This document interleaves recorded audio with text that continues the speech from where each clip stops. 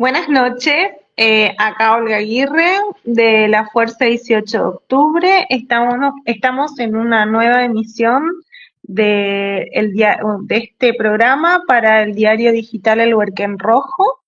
Esta vez invité a un compañero también de la Fuerza 18 de Octubre con el cual compartimos la militancia política y vamos a estar conversando, obviamente, sobre el escenario electoral, esta segunda vuelta en la categoría de gobernadores regionales y en qué contexto se da esta elección. En un contexto donde las fuerzas políticas en disputa están envueltas en varios escándalos, lo que da cuenta de la descomposición y entre qué opciones nos obligan a elegir a las chilenas y los chilenos. Así que bueno, nos vamos ahora a la cortina musical a cargo del productor y volvemos en un ratito para compartir esta conversación.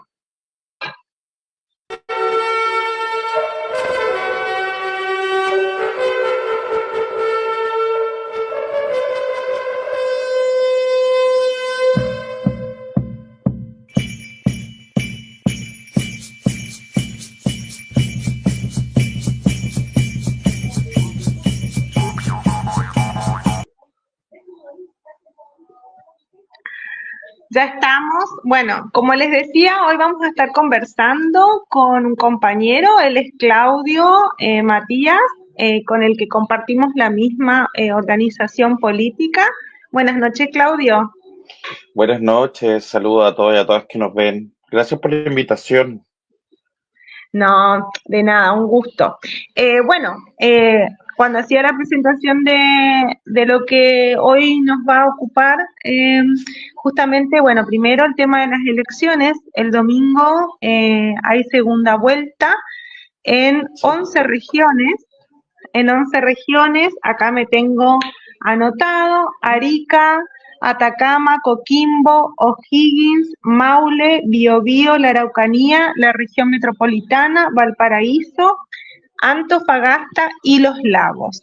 De estas 11, eh, eh, va, podríamos decir que la disputa entre oficialismo y oposición se da en 9, porque en la de Antofagasta pasaron a segunda vuelta dos candidatos oficialistas, o sea, ahí más allá del nombre, ya el oficialismo se queda con uno. Hoy mi gatito está haciendo Pasa, bacana. pasa. Le gusta a los Es el, gatos hacer esto, tranquila. sí, es el momento en que necesita atención. Bueno, y la otra que ya está resuelto en términos de para qué lado va a ir es la región de los lagos, en donde pasaron a segunda vuelta dos candidatos de la oposición.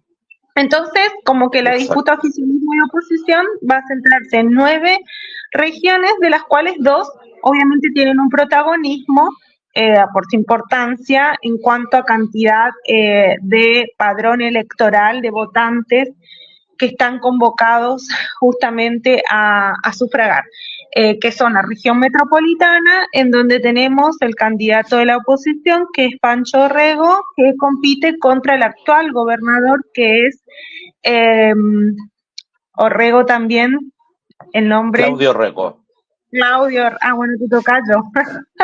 mi tocayo, lamentablemente.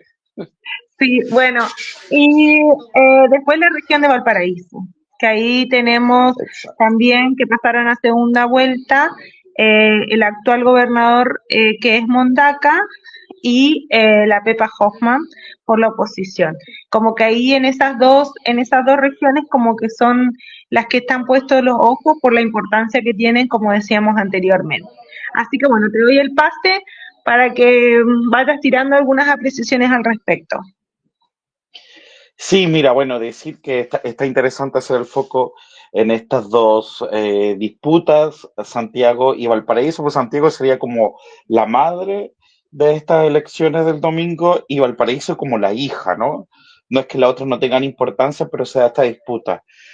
Algunas de las cosas que me parece importante para estas elecciones es que, bueno, por ejemplo, Mundaca, quiero quedarme con Mundaca, que en las elecciones de 2021 era uno de los grandes ganadores de esas elecciones que pasaba en primera vuelta directamente a ser gobernador con más del 40% de los votos, que es lo que exige la ley electoral, hoy día no le alcanza. No le alcanza, si bien saca la primera mayoría con un 30 y algo por ciento de los votos, no le alcanza para ganar en primera vuelta, por lo tanto va a disputarse la gobernación con la UDI, con la Pepa Hoffman, aquí en la región de Valparaíso, que es donde yo estoy, quizás por eso hago el foco acá. Y me parece que esa cuestión es súper importante porque también marca, primero, las expectativas que habían sobre este gobernador que venía de un sector independiente, de un sector combativo, recordemos Modatima y los métodos que tenía esta organización para una causa tan justa como era el acceso al agua, que es algo que se palpa y se vive el drama del agua aquí en la quinta región. Eh, y este mismo gobernador, en su historia como gobernador, vemos que termina siendo, pasa de ser un independiente a ser un oficialista en toda regla. Por lo tanto, también podríamos decir que lo que se plebiscita también de las elecciones es la gestión del oficialismo acá en Valparaíso. Y esa tremenda bajada en el caudal de votos que lo lleva, si bien sigue liderando las elecciones, que lo lleva a segunda vuelta, tiene que ver también con la derrota de su propio programa. Si nosotros analizamos las condiciones materiales objetivas, no es nada lo que ha cambiado. De hecho, las condiciones de los trabajadores y las trabajadoras de la región se han empeorado. Y las grandes causas, como sería, por ejemplo, el acceso al agua, la solución que ha planteado esta gobernación es el camión aljibe, que es una solución paliativa, que es una solución que hace reflotar el problema todo el tiempo.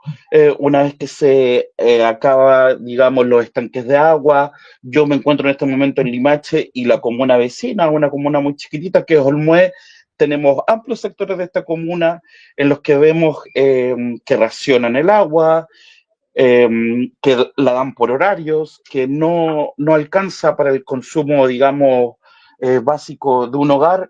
Por lo tanto, el drama del agua, que era esa causa tan sentida, sigue. Y solamente por decir uno de los puntos que creo que es uno quizá de los más importantes, porque la degradación, digamos, de su liderazgo político tiene que ver con la experiencia que hemos tenido como trabajadores y trabajadoras ante la gobernación regional.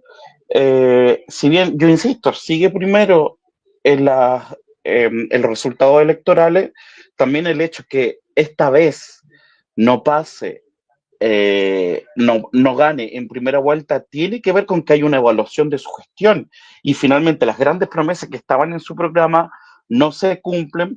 Por lo tanto, capitaliza este espacio, ¿no es cierto?, y este descontento el sector opositor. Bueno, a mí me parece importante esto que vos señalaste en relación a la gestión de Mundaca, porque él viene justamente de un sector que se decía independiente, de una lucha que se destacaba además por sus métodos, con una demanda muy sentida como es la cuestión del agua, y bueno, termina en un cargo que maneja mucho presupuesto, las gobernaciones regionales manejan mucho presupuesto, sin embargo, eso no alcanzó para resolver una cuestión tan básica como el agua, y también recordemos que estuvo metido en toda la cuestión de los chanchullos, la corrupción con el tema del caso convenios. Entonces uno se pone a pensar, bueno, la impresentable de la Pepa Hoffman se volvió competitiva porque la gestión de Mundaca ha representado una decepción en relación a las expectativas que despertó su llegada a la gobernación. Me acuerdo cuando se dieron los primeros resultados de la elección donde él queda primero, pero no logra pasar en primera vuelta. Él lo dice claramente que no estaba contento, su sector no estaba contento, porque en definitiva había perdido muchos votos y por eso terminó teniendo que ir a esta segunda elecciones. Y bueno, eso por un lado. Y después está lo de la región metropolitana, que ahí también tenemos a uno que pretende reelegirse, Claudio Rego, que uno le ve a tanta gente, ¿no? Del sector más de izquierda, PC o Frente Amplio, entre comillas izquierda, votando por un tipo impresionante, ¿no? ¿Hasta dónde te lleva el mal menor? Esta política de votar constantemente al mal menor. Y ahora van a ir con la nariz tapada de vuelta. Y acá también está la cuestión plebiscitaria, porque en definitiva se está plebiscitando, como han sido los dos, son actualmente los dos gobernadores, se está plebiscitando su gestión, pero también hay un mensaje de plebiscito al gobierno nacional, o sea, el gobierno nacional se está jugando mucho. Entonces, y acá el peso que tienen los últimos escándalos que dan el contexto a estas elecciones. Así que bueno, nosotros en un momento habíamos hablado de que todas estas 11 regiones que se vaya a segunda vuelta, hablaba de un retroceso del oficialismo porque de las 16 regiones en 15 había ganado la centro-izquierda, digamos, representada en el oficialismo. Y ahora, sin embargo, se nota el retroceso y en sectores tan importantes como la región metropolitana y Valparaíso. Bueno, ¿algún comentario más respecto de esto? No sé si estuviste mirando. Dale. Sí, mira, una cosa muy importante que tú dijiste. ¿Por qué estas candidaturas de la derecha tradicional y también en algunos casos de una derecha más dura, el Partido Republicano también aparece a disputar por allí una gobernación? No tiene que ver porque el programa que propongan vaya a darle respuesta a las demandas de la población trabajadora, no tiene que ver con eso, sino que es la gestión del propio oficialismo, sea el gobierno regional o el gobierno nacional del que terminan haciendo parte, lo que se plebiscita. Por lo tanto, no es mérito de la derecha y de su programa, sino que son las consecuencias del propio Frente Amplio. Bueno, y entonces, Claudio, en este contexto, ¿no? ¿A quién votamos las y los trabajadores? ¿Tenemos candidata las y los trabajadores? ¿Qué me decís? No tenemos candidato porque ya hemos experimentado este péndulo una y otra vez. Tenemos que sacar conclusiones a esta etapa ya, sacar conclusiones que, bueno, nosotros como Fuerza 18 de Octubre llamamos a votar a Boric, lo dijimos desde un principio sin ninguna expectativa, sabíamos lo que significaba la coalición con la que él iba a gobernar y los intereses que iba a defender. Por lo tanto, ya a esta etapa sacamos nuestras conclusiones de que no terminamos con el gobierno de los 30 años, de los 53 puntos que él propone, ninguno de ellos se cumple. Todos los ataques en regla a la población trabajadora, solo por decir alguno, perdonazo a la ISAP, ley antitoma, ley de seguridad del Estado, militarización de la Araucanía, del Gualmapu. Por lo tanto, sabemos evidentemente que la derecha no es una alternativa y que tampoco da respuestas. Por lo tanto, nosotros lo hemos dicho ya otras veces, la única opción que tenemos la población trabajadora es de tomar el camino de octubre, porque fue de esa manera en la que nosotros vimos la posibilidad de darle respuesta a nuestras demandas. Y si es que la institucionalidad burguesa va a darle respuesta, va a ser por medio de la acción callejera, de la acción popular, de esa presión que nosotros podemos lograr con los métodos propios de la clase trabajadora, pero no podemos tener ninguna confianza en esta democracia burguesa, porque no da respuesta y gobierna por los intereses de unos pocos. Bueno, entonces, que desde la Fuerza 18 de Octubre llamamos a votar en blanco o anular el voto en esta extorsión, porque también hay que decir esto, las segundas vueltas son nos dicen, bueno, tenés esto para elegir, y es una extorsión en la que no podemos ceder y que ya está a la vista las consecuencias, ¿no?, de ir el mal menor. Es cierto que nosotros en su momento nos definimos por el voto contra Kast, pero haciendo una crítica muy profunda, ahí están nuestros textos del programa de Boric, denunciando que era un programa que no sacaba los pies del plato, que no movía un ápice el régimen de los 30 años, etcétera, etcétera. Y más que nada por una cuestión democrática. Bueno, Boric en el gobierno llevó adelante una fuerte política represiva y así estamos también. Pero bueno, también a raíz de esto, Eh, es interesante que tengamos en cuenta además de que nos obligan a ir a votar por dos opciones que son una más terrible que la otra, eso se da en un contexto en que los dos sectores en pugna están dando un espectáculo horroroso de su descomposición completa. Nos pasamos todo el año viendo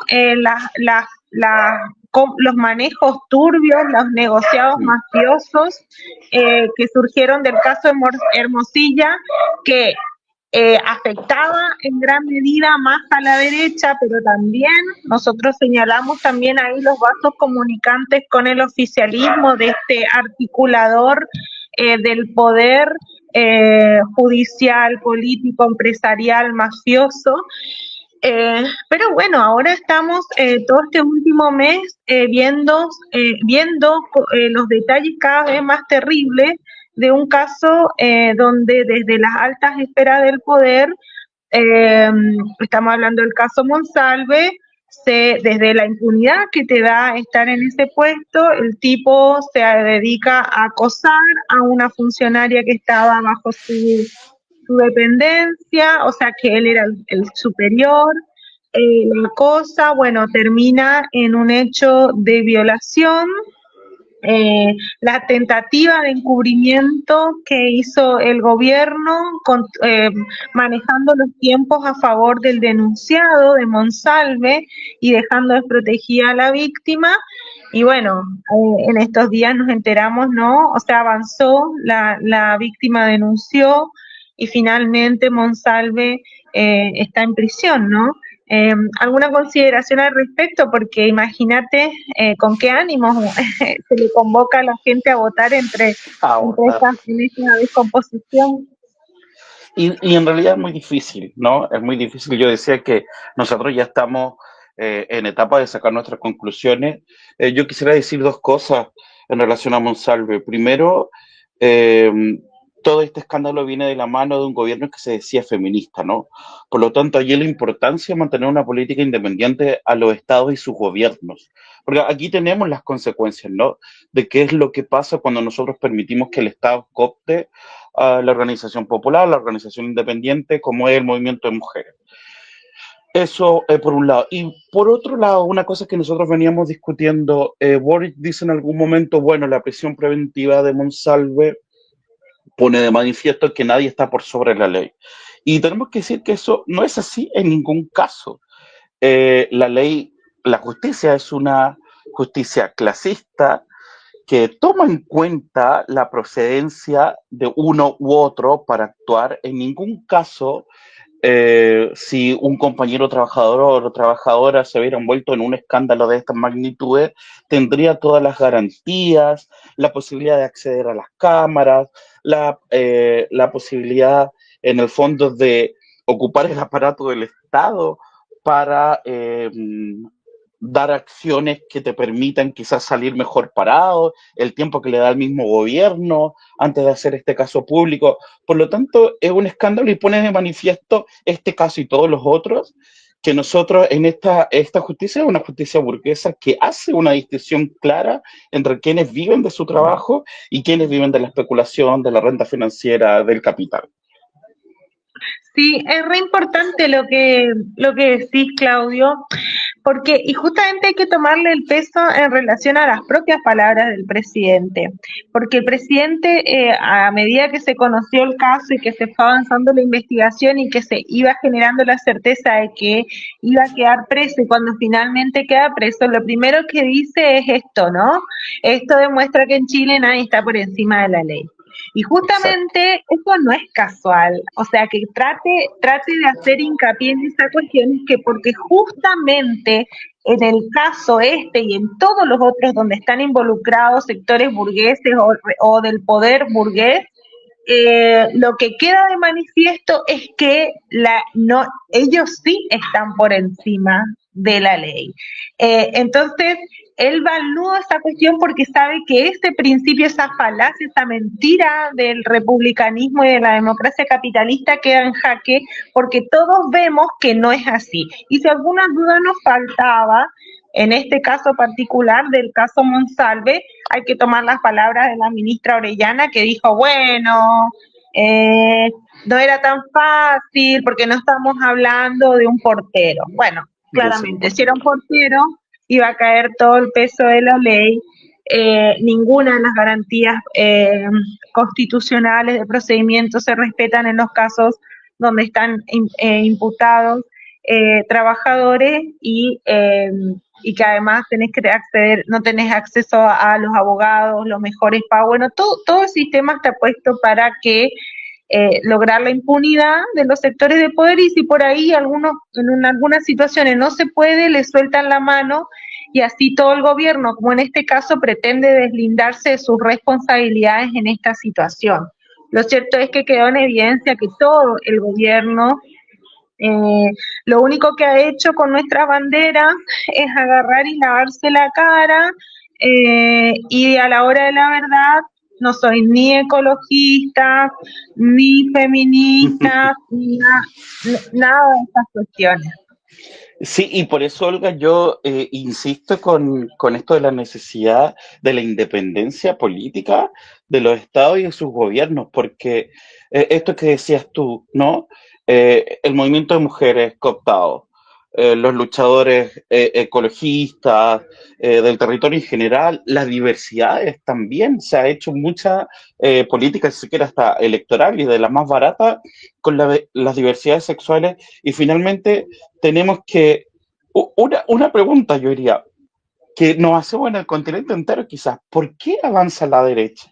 ¿Es que podemos ir a buscar solamente las causas en la derecha misma o hay una responsabilidad de quienes han asumido a gobernar con grandes expectativas, con programas que pudieran parecer en cierta medida algo eh, sí, reformistas, que iban a plantear algunos cambios, ¿no es cierto?, en el estado de situación de las cosas, pero la verdad es que la derrota es total, y en el momento que tú permites que estos sectores, decíamos el movimiento de mujeres, las diversidades, los sectores ecologistas, sean cooptados por el Estado, te transformas en un furgón de cola de quien administra este Estado burgués, con todas estas cosas que nosotros estamos hablando. Entonces, realmente a mí me parece que es súper necesario insistir en el tema de la independencia política y también sacar nuestras conclusiones, que ya esta etapa podemos decir en toda regla que en la avanzada de la derecha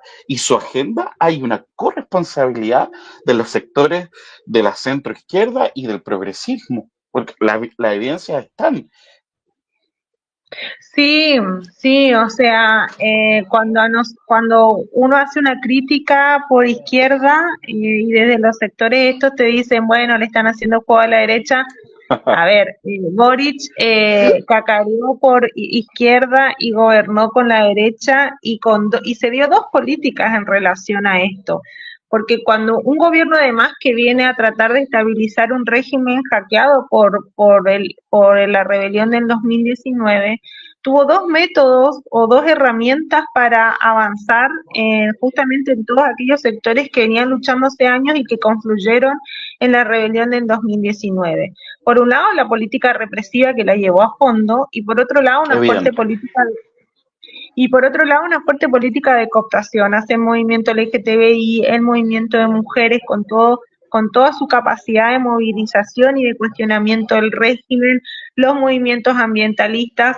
Bueno, la elección, ¿no? Y ahí también estuve escuchando en estos días a la gente a una de las voceras que estaba en Radio USACH, de la coordinadora feminista 8M, que decía, no, a nosotras siempre nos quisieron ligar. No, en realidad se ligaron ellas solas.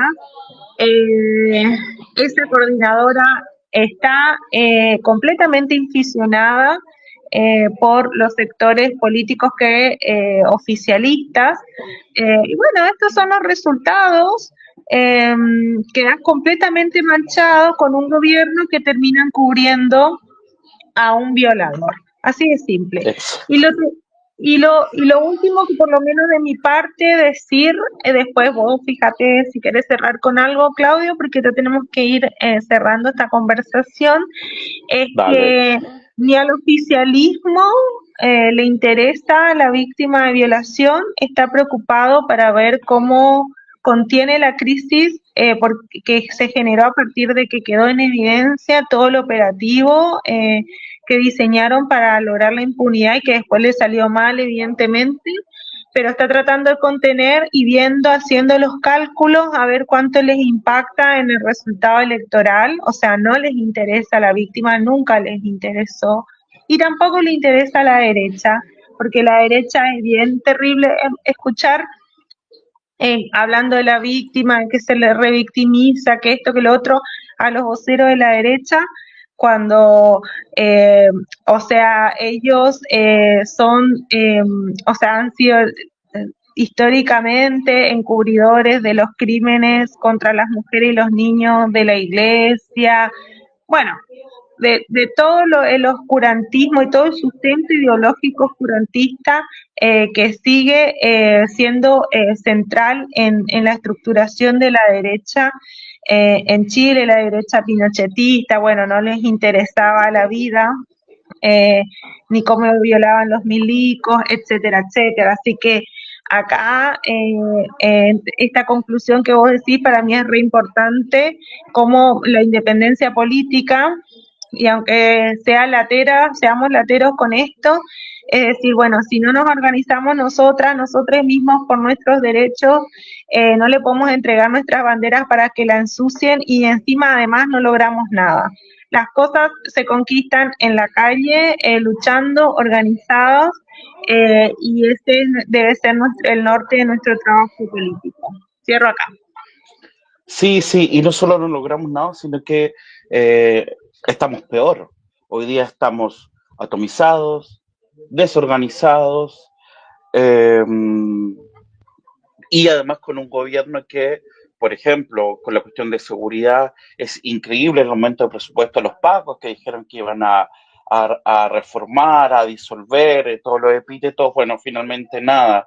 Los ataques en regla a la población trabajadora, yo decía, era desalojo, no habían desalojos sin soluciones habitacionales, bueno, era falso, ley antitoma, todo el circo que se arma con la población migrante y la persecución casi que estuviéramos hablando de animales, me parece increíble por parte de un gobierno que se dice progresista. La ley de infraestructura crítica, que lo que habilita es que las Fuerzas Armadas hagan seguridad interna cuando sabemos las consecuencias que esto tiene, probadísimo en Latinoamérica las consecuencias que esto tiene. Por lo tanto, no solamente no logramos nada, sino que quedamos muy por detrás. Entonces, yo lo decía Alba, aunque seamos lateros, insistir con la independencia política, no podemos confiar ni uno ni en los otros, porque aquí está la Hermosilla, aquí está el Monsalve, aquí está la Barriga también. Por lo tanto, ni uno ni en los otros, e insistir con retomar el camino que abrimos el 18 de octubre, que entendemos que esos son los métodos que la clase obrera siempre ha tenido para alcanzar sus conquistas. Por lo tanto, en ese sentido, compañera, no inventar nada nuevo. Sí, Eso quisiera decir. la correlación de fuerza desde la clase trabajadora se construye en las calles, en la lucha, en la organización. La correlación de fuerza favorable a nuestras conquistas y a nuestra perspectiva política. Bueno, Claudio, ha sido un gusto compartir este espacio con vos. En adelante, invitadísimo, también puede Muchas ser gracias. alguna otra compañera. Así que bueno, no, también saludar a la audiencia de este programa por permitirnos venir a tirar todo nuestro rollo acá. No sé si hay haters, les mandamos saludos, besitos también. Y bueno, nada, hoy una última cosa, hoy no sé si vieron una noticia que se dio casi a la tarde de que la Corte Penal Internacional resolvió el arresto de Netanyahu por Netanyahu. los crímenes de lesa humanidad que está cometiendo en la franja de Gaza. Así que bueno, ahí también el gobierno de Chile, que también ondea la bandera de Palestina a conveniencia, pero nunca se ha definido por romper relaciones comerciales, diplomáticas y de todo tipo con un Estado genocida. Así que bueno, ahí también viva la lucha del pueblo palestino y que sepan que no están solos y desde los que no estamos sufriendo el horror ahí en ese territorio, saber la responsabilidad que tenemos como pueblo de alzar nuestra voz y seguir ejerciendo la presión para que esto se termine porque estamos viviendo un genocidio en tiempo real. Así que bueno, Claudio, muchas gracias y nos vemos, A ojalá ti. pronto. A Nos la vemos, que audiencia estén muy bien. también, nos saludamos y nos vemos en otro capítulo. Chao. Chao.